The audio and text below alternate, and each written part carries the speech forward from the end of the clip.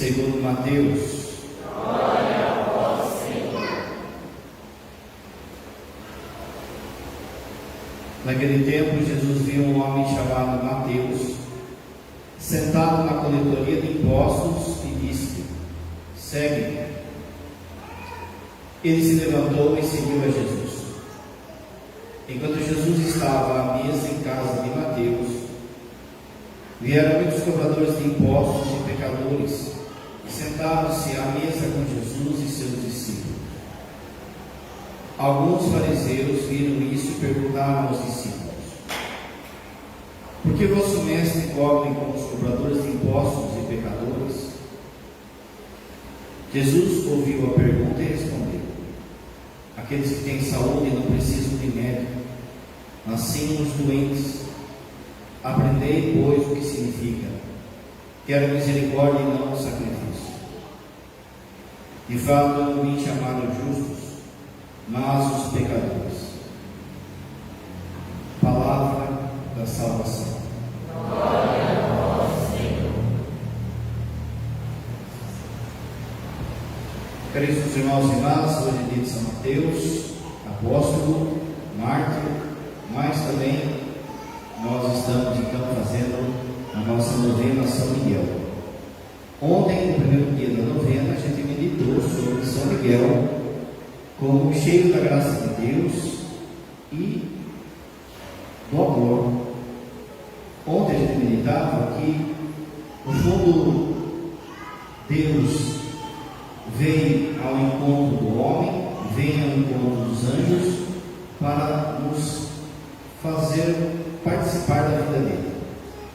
Ontem a gente viu que os anjos foram criados com dons especiais, mas esses dons não dão o direito de verem a Deus. Nenhuma criatura é capaz de ver a Deus por si mesmo, pela própria natureza.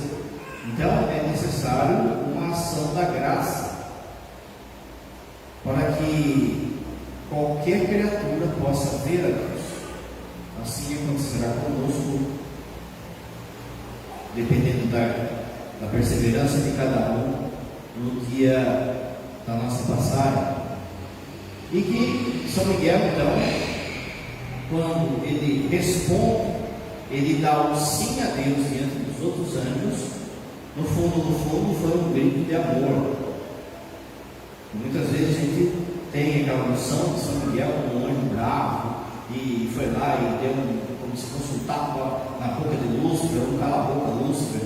Mas no fundo, o foco, o coração de São Miguel, vamos colocar assim, do que estava em São Miguel era Deus, o amor a Deus. E aquele amor a Deus rompe de tal forma que faz estremecer o céu, e aí sim precipita o demônio ao inferno. E que quando ele dá esse grito de amor por Deus, essa resposta a Deus, aquilo a gente viu ontem, que Deus vem ao encontro então de cada um desses anjos e eleva cada um desses anjos conforme o grau de amor que eles respondem. Então, aquilo que a gente chama de hierarquia angélica, ela não é simplesmente pré-estabelecida por Deus, mas ela é contínua e se faz a partir dessa resposta, desse sim que cada anjo dá a Deus. Então, a divisão entre o coro dos anjos se dá justamente por isso, pelo tanto que eles amam a Deus. São Miguel, nenhuma criatura amou tanto a Deus como São Miguel, a não ser a Virgem Maria. E é por isso que ele está na hierarquia angélica dos serafins. Quando ele se torna um serafim, ele puxa todos os anjos juntos. Todos os anjos que falaram sim a Deus vão com ele também. De forma que é como se ele fosse o general. O general do quartel, ele tem em si todas as outras patentes. Ele é general, mas ao mesmo tempo ele é coronel,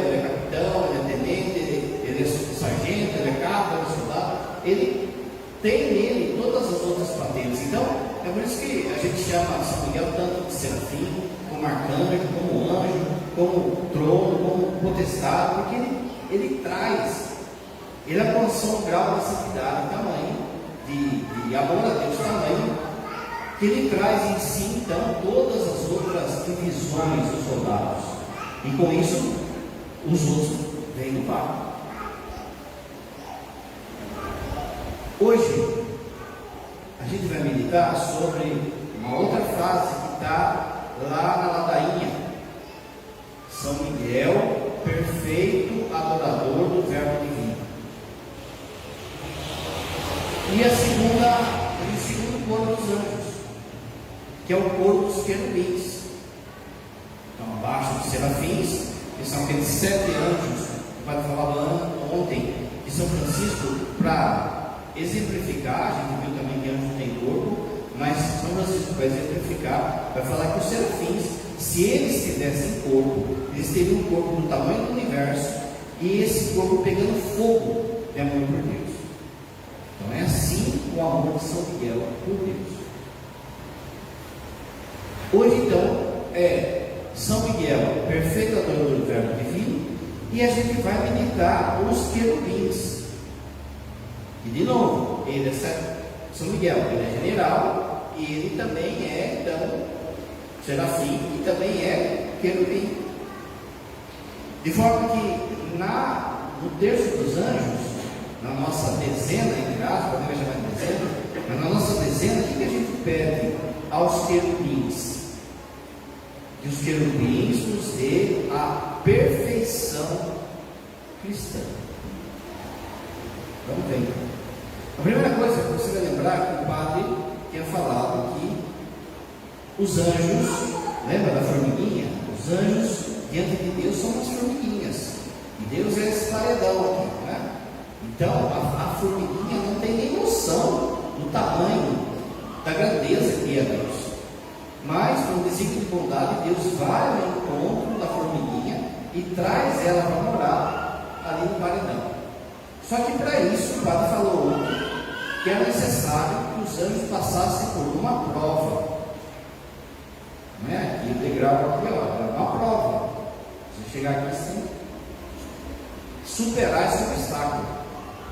Para os anjos, e o Padre dizia ontem também, a prova é um gesto de amor a Deus, de Deus também.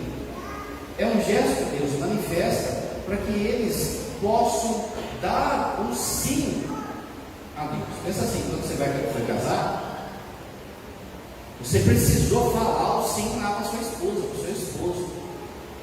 Deus então, ele cria os anjos e não é simplesmente criou e largou eles lá. Não, criou e os chamou para o amor. Essa prova é também amor de Deus. Para nós, a prova, a gente está vivendo uma prova. A prova é durante essa vida. Nessa vida, a gente tem que mostrar que ama Deus. Mas a própria prova já é amor de Deus, porque só o fato da gente estar vivo já é amor de Deus. Só o fato da gente ser chamado para esse amor já é amor de Deus. Assim também com os anjos. Então, eles foram criados, como o Padre disse, nenhuma inteligência, nenhum intelecto é capaz de ver a Deus pela própria natureza. Então Deus vai ter que vir ao encontro. Para vir ao encontro é necessário que eles manifestem um amor. São Miguel deu um grito de amor ontem. Qual foi esse grito? E por que desse grito? Por causa da prova. Qual foi a prova? Deus criou os anjos, como o Padre falou, as formiguinhas estavam distantes ainda de Deus. Mas Deus lançou uma pergunta para eles. Lembraram? Os anjos são inteligências puras. Então a prova deles tem que ser algo de inteligência, relacionado à inteligência. Essa prova, é lógico que não vai ser uma prova de matemática, não vai ser vestibular. Essa prova é uma pergunta que Deus fez para os anjos.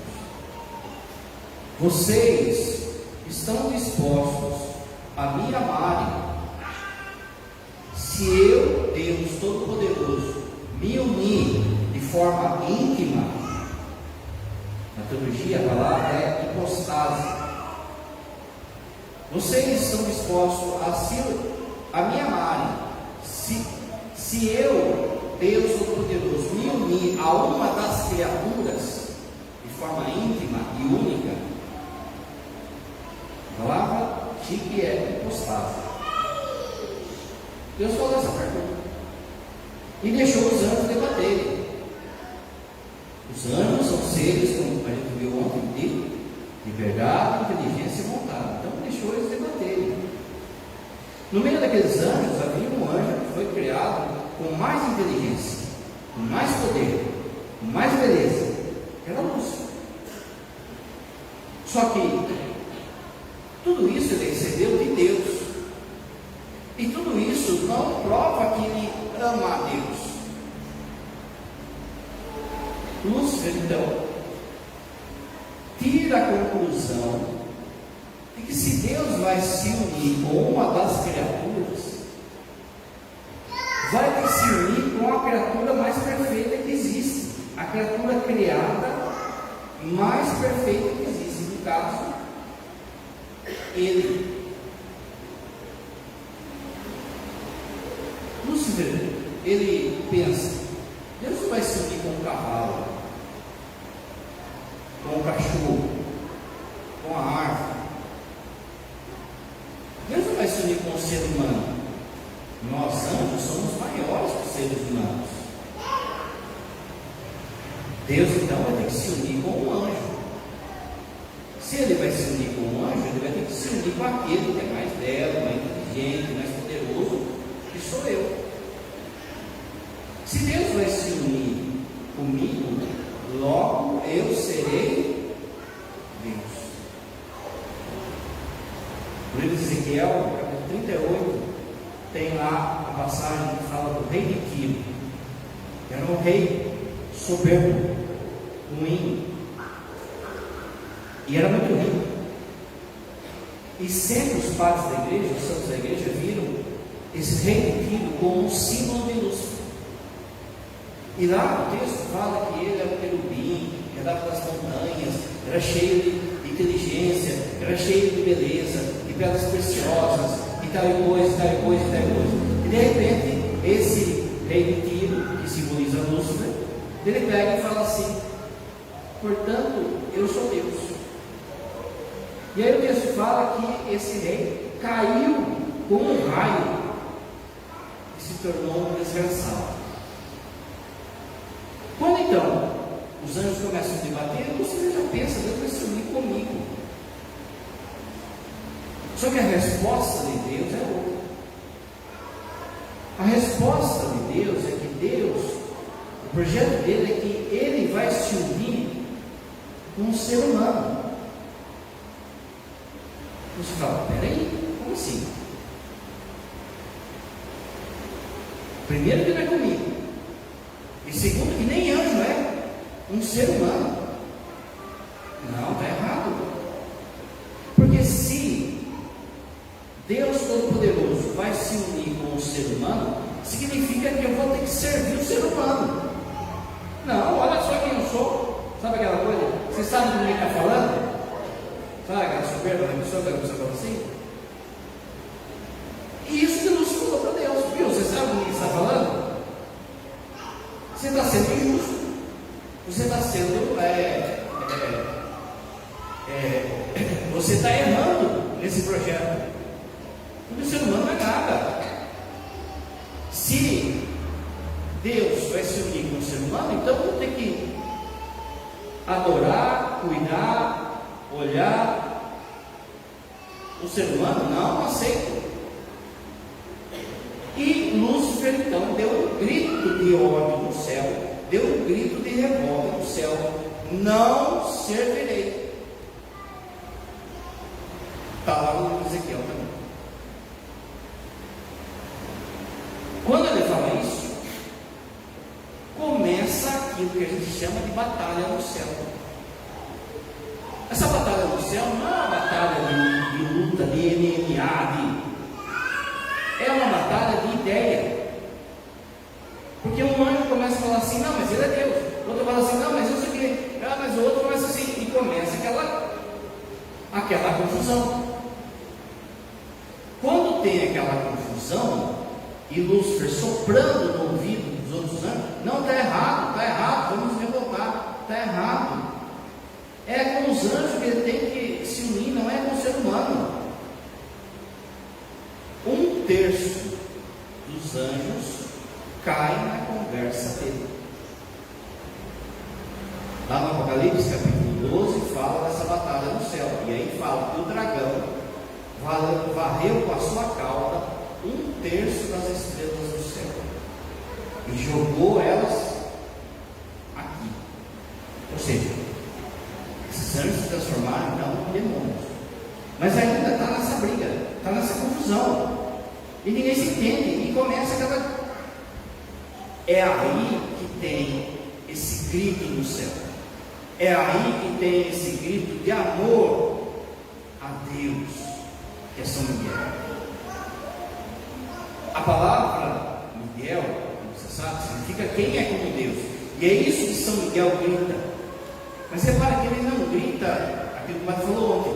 Ele não grita simplesmente porque ele quer colocar o demônio no seu lugar, ou quer esmagar o demônio. Ele grita porque ele ama Deus. O coração dele está voltado para Deus. Então, olhando para Deus, ele dá um grito: opa! Quem é como Deus? É esse amor. Nós vamos ver também na novena. E é essa humildade. Ao mesmo tempo que tem o amor, tem uma humildade aí. Por isso que quem é orgulhoso não é verdadeiro devoto de São Miguel. Há um grito então no céu: quem é como Deus? E isso que precipita o demônio do inferno. Ele, olhando a beleza, a glória de Deus, ou sabendo quem é Deus, dá esse grito que faz todo mundo calar a boca. Mas de novo, repara que a gente tem a ideia de que então São Miguel é um anjo bravo, né? Não, gente, é um grito de amor a Deus. Só que esse amor é tamanho que é fogo, que é espada, que é lança. Percebe? Vai falar ontem, lembra? O zelo de São Miguel. Por que ele nos corrige? Por que ele nos puxa a orelha? Porque ele ama tanto a Deus que ele não aguenta ver a gente fazendo burrada. O zelo, esse zelo, esse amor é enorme no coração de São Miguel. Ele dá um grito, e esse grito que precipita então o demônio no inferno. A prova então foi o quê? Qual foi a prova? Abra sua Bíblia agora. Aceitar que o Verbo, a segunda pessoa da Trindade, ia se fazer homem. Essa foi a prova que Lúcifer, os demônios, não aceitaram. Para São Miguel, se Deus falou que é assim, eu amo Ele tanto, e pronto, acabou. Mas para Lúcifer não. Ficou justificando, ficou questionando, e até hoje questiona. O que está lá em São Miguel, adorador do Verbo divino. De forma que, olha só, São Miguel, se São Miguel, nenhuma criatura, ele Nossa Senhora, na minha opinião, São José também, amou mais Deus do que os dois, vamos para os dois, eu acho que é os dois, Jesus, Maria e José. Ninguém amou mais a Deus do que São Miguel. Então, ninguém amou mais a pessoa de Jesus Cristo encarnada, Jesus lá no Nizinho, na gruta de Belém, na barriga da Senhora, como criança, como adulto, na cruz, ressuscitado. Ninguém amou mais a Jesus do que São Miguel. Ninguém adorou mais o Verbo de Deus, lembra? E o Verbo se fez carne e habitou entre nós. E São Miguel adorando a Deus. De forma que, olha agora, se Jesus se fez homem, E a treta foi por causa de nós. Porque no céu nós seremos semelhantes, não a São Miguel, nós seremos semelhantes ao Verbo de Deus, nós seremos semelhantes a Jesus. Então, se a treta foi em relação a nós, se Lúcifer não aceitou que Deus se fizesse homem, e São Miguel aceitou, adorou e amou, significa que depois de Deus, depois de Nossa Senhora, de São José, ninguém ama mais você do que São Miguel. Porque quando ele olha para você, ele vê Jesus feito homem. Ele sabe que a treta foi por causa de mim, por causa de você. Ele sabe o quanto que Deus me ama, o quanto Deus ama você. Capítulo 3, São João: Deus amou tanto o mundo que enviou seu Filho para que todo aquele que crê tenha vida eterna. São Miguel sabe disso. É por isso que, se ele ama a Deus, se ele ama Jesus encarnado,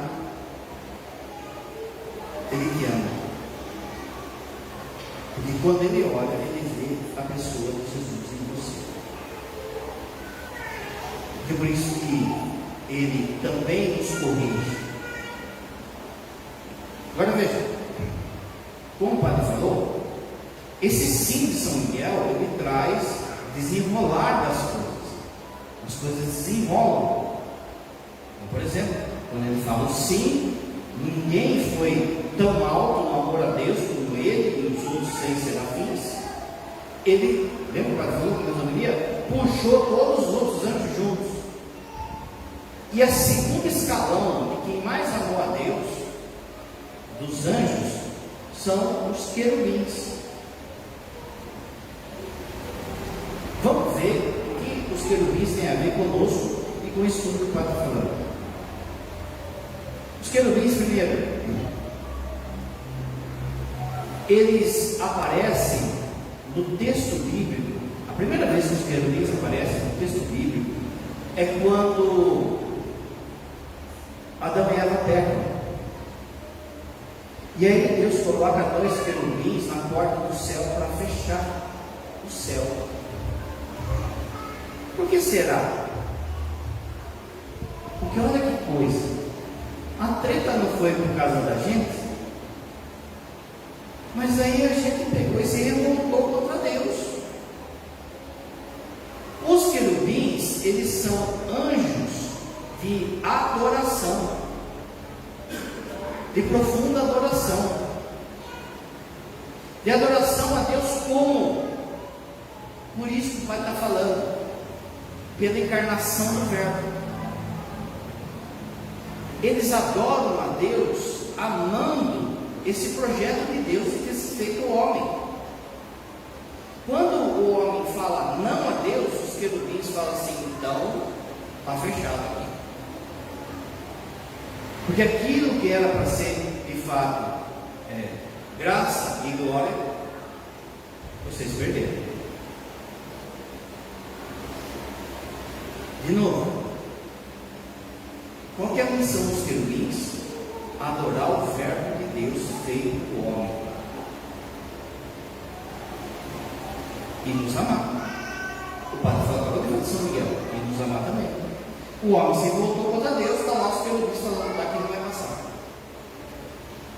Enquanto vocês não aprenderem a adorar o Verbo de Deus. Percebe? Aonde mais aparecem os querubins? Aparece na Arca da Aliança. Olha o que fala o texto do Êxodo: fez ainda um querubim numa extremidade e o segundo na outra, formando uma peça só, com o propiciatório. Os querubins tinham asas estendidas para cima, cobrindo com elas o propiciatório. Estavam com as faces voltadas uma para a outra, com o rosto voltado para o propiciatório. A Arca da Aliança, faz de conta que aqui o o altar é a Arca da Aliança, não tem as velas. A Arca da Aliança está aqui, é uma tipo de baú, de caixa de madeira revestida de ouro. O que estava dentro da arca?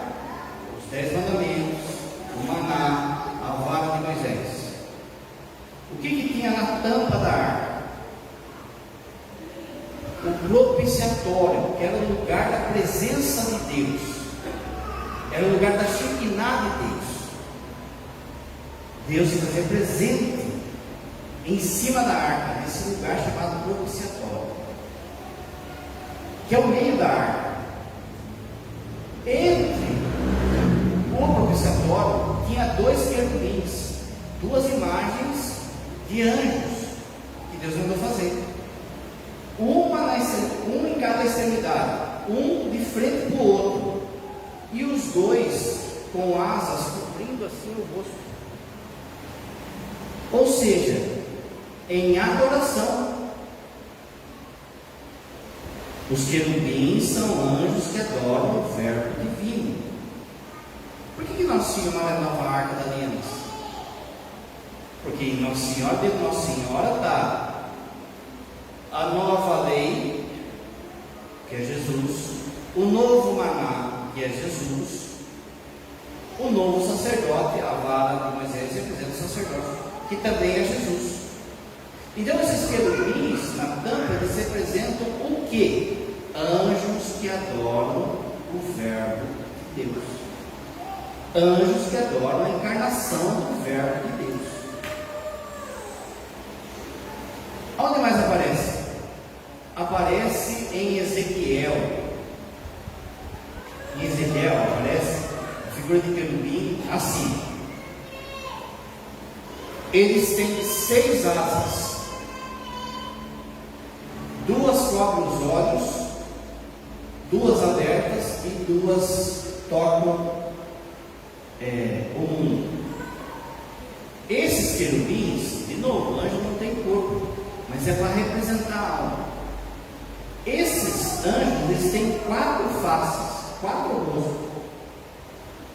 Um rosto é de uma criança, um rosto é de um leão, um rosto é de um boi, um rosto é de uma águia. Quando você vê na liturgia, às vezes não vão, esses 4 animais, esses 4 seres, um homem, uma criança, um leão, um touro e uma águia, esses 4 seres, eles simbolizam o quê? Os 4 evangelistas. O homem, porque no Evangelho de Mateus, a genealogia começa falando fulano, foi fulano, que foi fulano, que foi fulano. No Evangelho de Marcos, o Evangelho começa no deserto, que era onde o leão vivia, lá no tempo de Jesus. No Evangelho de Marcos, o Evangelho começa no templo, onde tinha o sacrifício dos animais, dos touros. E o Evangelho de Mateus começa antes da criação de todas as coisas, ou seja, lá no céu, e é por isso que é uma águia. Então veja, se os querubins, eles têm 6 asas, significa assim, primeiro, o que significa essas 6 asas? Significa assim, as asas de cima estão cobertas, está cobrindo o olho, ou seja, a glória de Deus. A glória de Deus é o tamanho que eles cobrem o rosto. As asas abertas significam a grandeza deles. E por que eles tocam o mundo? Encarnação do Verbo, porque eles adoram o Verbo encarnado. Por que eles têm essas 4 fases que simbolizam os evangelistas? Porque é nos evangelhos que conta que o Verbo se fez carne. De novo, o que são os querubins? São os anjos que adoram o Verbo feito carne. Aonde mais aparece os querubins? Aparece várias vezes, mas aqui o padre pegou no Apocalipse. Olha só, o primeiro apresentava um leão, o segundo era semelhante ao touro, o terceiro de um homem, o quarto parecia uma águia, em pleno voo. Com um desses seres 6 asas eram repletas de olhos, tanto ao redor como por baixo das asas. Ou seja, é assim, esses olhos aqui representam o poder que eles têm, e a capacidade de enxergar as coisas. Olha que coisa, lembra o pai falou? Não perca isso. Os querubins, junto com São Miguel, são os anjos que adoram o verbo divino. Olha o que eles falam no Apocalipse. Eles eram repletos de olhos, tanto ao redor como por baixo das asas. Olha agora, dia e noite eles proclamavam: Santo, Santo, Santo é o Senhor Deus Todo-Poderoso, aquele que era, que é e que há de vir. Anjos de adoração ao verbo encarnado. No Apocalipse fala que esses anjos pedem a justiça da adoração. Você sabia que você participar da missa é uma virtude de justiça também? A justiça é dar a cada um aquilo que é devido. Quando você participa da missa, você está dando culto devido a Deus, não por você, nem por mim, mas porque quem está celebrando a missa é Jesus. Então, ao mesmo tempo que eles adoram o verbo de Deus, São Miguel também ainda, eles adoram o verbo de Deus, adoram a encarnação do verbo, eles têm que adorar a missa. Porque é onde o verbo de Deus se manifesta. Porque é onde está a nova arca da aliança. Quando então, na missa, a gente canta o santo, todos os anjos estão presentes aqui. Mas de modo especial, São Miguel e os querubins, que vão adorar a humanidade de Jesus na hóstia consagrada. Nessa igreja fala que a hóstia é corpo, sangue, alma e divindade. O verbo de Deus se fez pão. Temos que é? Verbo, panis, facto est. O verbo se fez pão. Então eles vêm e adoram aqui. Essa adoração, então, é a perfeição cristã. Qual que é o tema hoje? São Miguel é perfeito adorador do verbo de Deus. Qual que é o coro que a gente está meditando? Os querubins. O que a gente pede na segunda dezeninha dos anjos? Que o Senhor nos conceda pelos querubins a perfeição cristã. Qual é a perfeição cristã? Adorar o verbo de Deus. Padre, eu não entendi nada que o Senhor falou. Muito bem, você vai guardar só isso. Nessa missa você vai pedir para que os querubins e São Miguel que ensinem a adorar Jesus, o Filho de Deus que se fez homem, de modo especial na missa, na Eucaristia. Quando você comunga, os querubins, olha o tamanho, olha o poder desses anjos, eles estão adorando o seu peito. É isso que tem que pedir nessa noite. Canta-nos o Senhor.